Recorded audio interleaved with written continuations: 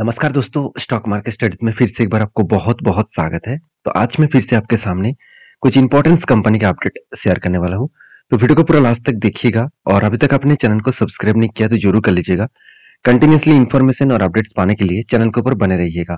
तो चलो देख लेते हैं कौन सा कंपनी है इस वीडियो के अंदर। तो फर्स्ट जो कंपनी है जिसके बारे में चर्चा करूँ उसका नाम है हैप्पीस्ट माइंड। देखिए हैप्पीस्ट माइंड एक ऐसे कंपनी है जिसके ऊपर हमेशा आपको एक बात को ध्यान रखना होगा कि इस कंपनी एक टेक्नोलॉजी बेसिस कंपनी है। मतलब ये एक आईटी सेक्टर से बिलोंग करते हैं और जितने सारे small and mid cap type IT sector company है इस तरीके से कैटेगरीज में कंपनी खुद के नाम दाखिल करा चुके हैं। और कंपनी मार्केट कैप के हिसाब से एक छोटा सा कंपनी, एक स्मॉल कैप टाइप कंपनी है। 13,300 करोड़ के आसपास इसका मार्केट कैप है। और कंपनी की मजेदार बात यही है कि कंपनी बिजनेस को अ, अच्छी तरीके से मेंटेन्स कर रहा है। कितना मेंटेन्स कर रहा है चलो मैं आपको दिखा देता हूँ।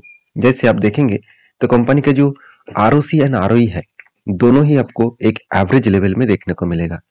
उसी तरीके से इनकम भी आपको अच्छा खासा दिखेगा। डेप्थ तो ऑब्वियसली 0.50 के नीचे है, तो मतलब ठीक ठाक ही है।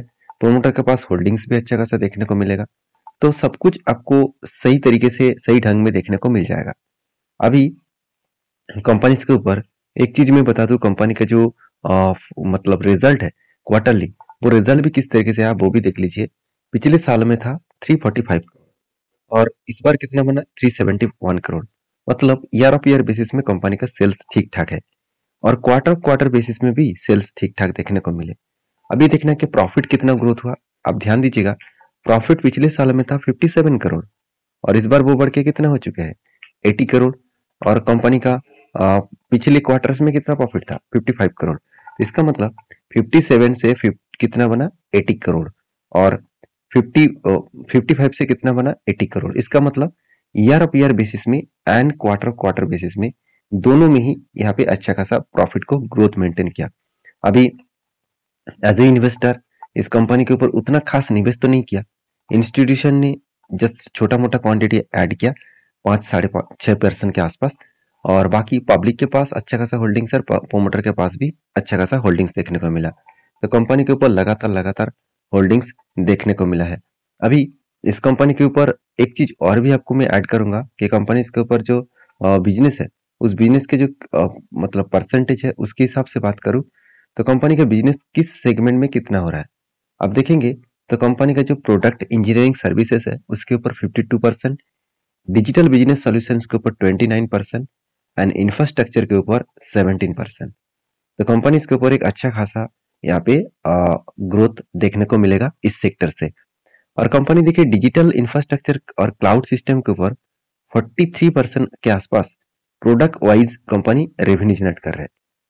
और बाकी देखिए कुछ अलग अलग प्रोडक्ट है, एनालिटिक्स के ऊपर है, आर्टिफिशियल इंटेलिजेंस के ऊपर है, मतलब एआई के ऊपर है। उसके साथ साथ और भी अलग अलग सेगमेंट है। तो कंपनी का जो बिजनेस है वो आप देखेंगे सबसे ज्यादा बिजनेस कहाँ पे चला है यूएस में। और आज यूएस में क्या है, इकोनॉमिकली क्राइसिस है जिसके चलते हुए हर आईटी सेक्टर के ऊपर एक प्रेशराइज देखने को मिला। बाकी इंडिया के ऊपर 16% और बाकी यूरोप कंट्रीज के ऊपर 9% और बाकी अदर्स कंट्री के ऊपर 4%। तो ओवरऑल बात करो कंपनी का जो बिजनेस है वो यूएस के ऊपर डिपेंडेंट है और यूएस के ऊपर जो जो कंपनी डिपेंडेंट है वो सारे कंपनी के ऊपर एक प्रेशराइज देखने को मिलेगा। अभी वही चीज मैं चार्ट पैटर्न के हिसाब से दिखा दूं। देखिए इस कंपनी के ऊपर एक अच्छा खासा ट्रेड बना था, वो कुछ इस तरीके से रेंज ट्रेड बना था। तो यहाँ पे एक बाइंग का रेंज बना और रेंज के ऊपर आपको देखना चाहिए कि यहाँ पे टॉप लेवल और ग्राउंड लेवल आपको मार्किंग करना है। जब भी इस ग्राउंड लेवल को टच करेंगे तो यहाँ पे क्या बनेगा एंटी और यहाँ पे हाई लेवल में क्या बनेगा टारगेट। तो फाइनली इसका टारगेट बन चुके हैं। अभी इस कंपनी के ऊपर मैं इंतजार कर रहा हूँ कि एक पैटर्न क्रिएट करे, क्योंकि यहाँ पे काफी थाने पैटर्न तो बना था मगर इसको ब्रेक नहीं कर पाया। तो फिर से अगर यहाँ पे एक पैटर्न क्रिएट करे तो यहाँ पे शोल्डर कम हेड कम शोल्डर बनेगा। तो इसमें पिछले वाला जो काफ है इसको मैं डिलीट कर रहा हूँ। तो यहाँ पे अगर कोई पैटर्न कंप्लीट करे तो मैं जरूर आपके साथ शेयर करूंगा। नेक्स्ट जो कंपनी उसका नाम है L N T technology services, जिसको हम लोग LTTS नाम से जानते हैं। तो LNT टेक्नोलॉजी सर्विसेज जिसके ऊपर आपको जरूर स्टडी करना होगा, क्योंकि इस कंपनी के ऊपर अच्छा खासा आपको ग्रोथेबल सिचुएशन देखने को मिल सकता है। क्योंकि इस कंपनी लार्ज कैप कैटेगरीज के अंदर खुद के नाम दाखिल करा चुके हैं। और एक चीज मैं आपको यहाँ पे जरूर कहना चाहूंगा कि इस कंपनी के ऊपर जो सिचुएशन है अभी उस सिचुएशन के हिसाब से बात करें तो कंपनी के जो क्वार्टरली रिजल्ट है वो पिछले सालों की तुलना से इस बार कंपनी का सेल्स बढ़ा और कंपनी का क्वार्टर बेसिस पे भी सेल्स बढ़ा। तो सेल्स दोनों तरीके से ग्रोथ होता देखने को मिले और उसी के साथ साथ कंपनी के एक्सपेंस को मेंटेन करने के बाद कंपनी का नेट प्रॉफिट वो भी 298 करोड़ से 337 करोड़ के आसपास बना और पिछले साल में कितना था 316 करोड़। तो इसका मतलब कंपनी में एक अच्छा खासा हाई ग्रोथेबल प्रॉफिट देखने को मिले। उसके साथ साथ कंपनी का जो कैश फ्लो है वो भी आपको अच्छा खासा देखने को मिले है। तो कैश फ्लो के हिसाब से आपको मैं जरूर कहूंगा कंपनी अच्छा खासा खुद के बिजनेस को मेंटेन्स कर रहा है और एज ए इन्वेस्टर प्रोमोटर्स से लेकर एफएसडीएस पब्लिक हर किसी के पास अच्छा खासा इन्वेस्टमेंट भी देखने को मिल जाएगा। तो इसका मतलब कंपनी बेस्ट तरीके से परफॉर्मेंस कर रहा है और कितना कंपनी कैपेक्स को बढ़ाया खुद के बिजनेस के ऊपर वो देखना बहुत जरूरी है। देखिए पिछले साल में कंपनी का कैपेक्स था 155 करोड़, 2021 में था 75 करोड़, 2020 में था 150 करोड़ और अभी 2023 में बन चुके हैं 172 करोड़ और उसके बाद 2023 के एंड ऑफ द पीरियड में कंपनी का टोटल कैपेक्स बढ़ चुके हैं 187 करोड़। तो इसका मतलब कंपनी में अच्छा खासा ग्रोथ होने का चांसेस और ग्रोथ देखने को मिल रहा है। और यही डेटा को मैं अगर यहाँ पे दिखा दूं तो टोटली कंपनी के सॉफ्टवेयर सर्विसेज के ऊपर बिजनेस है और सबसे ज्यादा सॉफ्टवेयर सर्विसेज वो नॉर्थ अमेरिका में करते हैं 54%, इंडिया में 21%, यूरोप में 16% और रेस्ट ऑफ वर्ल्ड में 7.5%। तो कंपनी जो बिजनेस है जिस तरीके से फैला के रखा आप देख सकते हैं। उसी तरीके से अगर मैं कंपनी के टेक्निकली चार्ट पैटर्न्स के बारे में चर्चा करूं तो ध्यान दीजिएगा इस चीज को कि कंपनी के ऊपर एक पैटर्न क्रिएट हुआ था और वो लंबा सा पैटर्न क्रिएट हुआ था और फाइनली टारगेट को भी अचीव किया। तो किस तरीके से पैटर्न क्रिएट हुआ आप यहाँ पे देखेंगे, कफ विथ हैंडल पैटर्न्स बना। हाँ, इस पैटर्न जब बना था, जब मैंने आपको वीडियो शेयर किया, मुझे एक दोस्त ने कमेंट किया कि sir cup with handle patterns तो हैंडल का पैटर्न तो ज्यादा बड़ा हो गया, किस तरीके से पैटर्न्स के ऊपर काम करना चाहिए। तो हमेशा आपको एक चीज बता दूं कि जब भी कप बनता है उस कप के नीचे साइड में एक लेवल को मार्किंग कर लेना। उस लेवल को अगर टच कर दिया, मतलब हैंडल पैटर्न अगर उस लेवल को टच कर दिया तो सोचिएगा वो पैटर्न कैंसिलेशन किया जाएगा, वो पैटर्न एक्चुअली काम का नहीं है। तो आपको उस पैटर्न को कैंसिलेशन करना पड़ेगा। अगर कप के नीचे नहीं आया, मतलब उस नीचे लेवल को टच नहीं किया, तो सोचना एक बड़ा मोमेंटम जर्नी यहाँ पे मिल सकता है। यहाँ पे ब्रेकआउट हुआ, उसके बाद यहाँ पे टारगेट होने का चांसेस जो था, फाइनली यहाँ पे टारगेट को भी अचीव किया। तो एक अच्छा खासा हाई लेवल का यहाँ पे टारगेट अचीव होता देखने को मिले।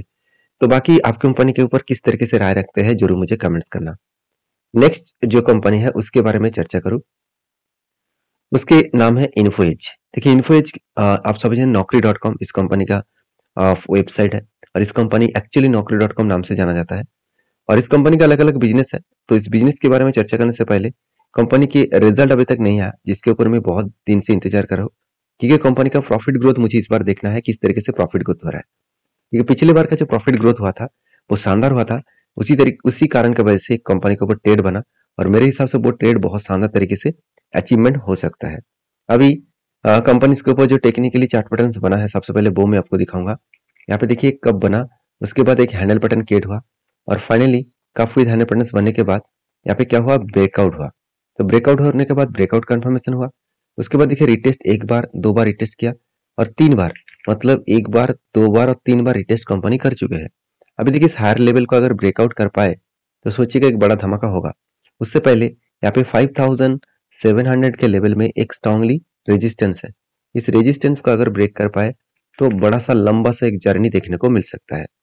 बाकी इस कंपनी के ऊपर आपका क्या ओपिनियन है जरूर मुझे कमेंट्स करना, क्योंकि कंपनी के ऊपर जिस तरीके से एंट्री बना है मेरे हिसाब से वो इजीली टारगेट नहीं देंगे, थोड़ा सा टाइम लग सकता है, क्योंकि इसका प्रीवियस जो स्विंग हाई है, दो स्विंग हाई देखने को मिले, एक 5700 के आसपास और दूसरा 6670 रुपीज के आसपास। तो इस दोनों लेवल के आपको फोकस होना चाहिए। मेरे हिसाब से इस सेकंड लेवल का बीच में ही टारगेट बना तो इसका मतलब पॉसिबिलिटी है यहाँ तक एंट्री जाने का। तो बाकी आप किस तरीके से इसको ट्रीट करते हैं जरूर मुझे कमेंट्स करके बताना। तो बाकी आपकी क्या राय है जरूर मुझे कमेंट्स करेंगे। और लास्ट जो कंपनी उसके बारे में थोड़ा सा चर्चा कर लेता हूँ। हाँ सॉरी, एक चीज मैं दिखाना ही भूल गया कि इन्फोइज के एक चीज मैं आपको जरूर दिखाऊंगा। जो लोग सोच रहे कि मुझे कुछ कमेंट्स भी आया कि सर इन्फोइज क्या फ्यूचर में एक बेस्ट कंपनी बन सकते हैं। देखिए एक चीज मैं आपको बता दूं, 78% ऑनलाइन जॉब जो पोर्टल है उस सेगमेंट में वो लीडर प्लेयर है। उसके साथ साथ 13% जो मेट्रोमोनियल पोर्टल है, मतलब जो शादी के लिए जीवन साथी .com जो ढूंढने के लिए जीवन साथी उसके लिए जो पोर्टल बना के रखे हैं उसमें 13% मार्केट शेयर है। उसके साथ साथ ऑनलाइन रियलिस्टिक जो बिजनेस है उसमें 38% कंपनी का मार्केट शेयर है, जिसका नाम है 99echo.com। तो सोचिए कंपनी इतना शानदार तरीके से बिजनेस को फैला के रखा है, तो क्या उस कंपनी के ऊपर बिजनेस में कुछ घाटा आएगा? तो बिल्कुल मेरे हिसाब से तो अभी फिलहाल के लिए तो नहीं है, क्योंकि हर कोई व्यक्ति अभी ऑनलाइन ही जॉब से लेकर, घर से लेकर, जीवन साथी से लेकर सब कुछ फाइंड आउट कर रहा है। तो उस बेसिस में कंपनी का ग्रोथ होने का चांसेस बढ़ जाते हैं। बाकी आप समझदार है, समझदारी से काम करिए। तो नेक्स्ट जो कंपनी है उसके बारे में बात करूं, उसका नाम है जुबिलिएंट इनग्रीविया लिमिटेड। तो जुबिलिएंट इनग्रीविया लिमिटेड जो कंपनी के बारे में चर्चा करूं, इस कंपनी का जो डिविडेंड है वो करीबन 2.50 रुपीज के आसपास डिविडेंड देने वाला है और 9 तारीख को डिविडेंड मिलेगा। तो यही सिर्फ अपडेट था इस कंपनी का। तो वीडियो में अगर जानकारी अच्छी मिले तो प्लीज लाइक करना, और मेरे वीडियो से कोई रिकमेंडेशन वीडियो नहीं है। अगर आपको किसी कंपनी को बाय सेल करना है तो आपके रिस्क के हिसाब से करिए, आपका जो एडवाइजर है उसके साथ बातचीत करके काम करिए। मेरी तरफ से कोई भी रिकमेंडेशन नहीं रहेगा। मिलते नेक्स्ट वीडियो में, तब तक के लिए धन्यवाद।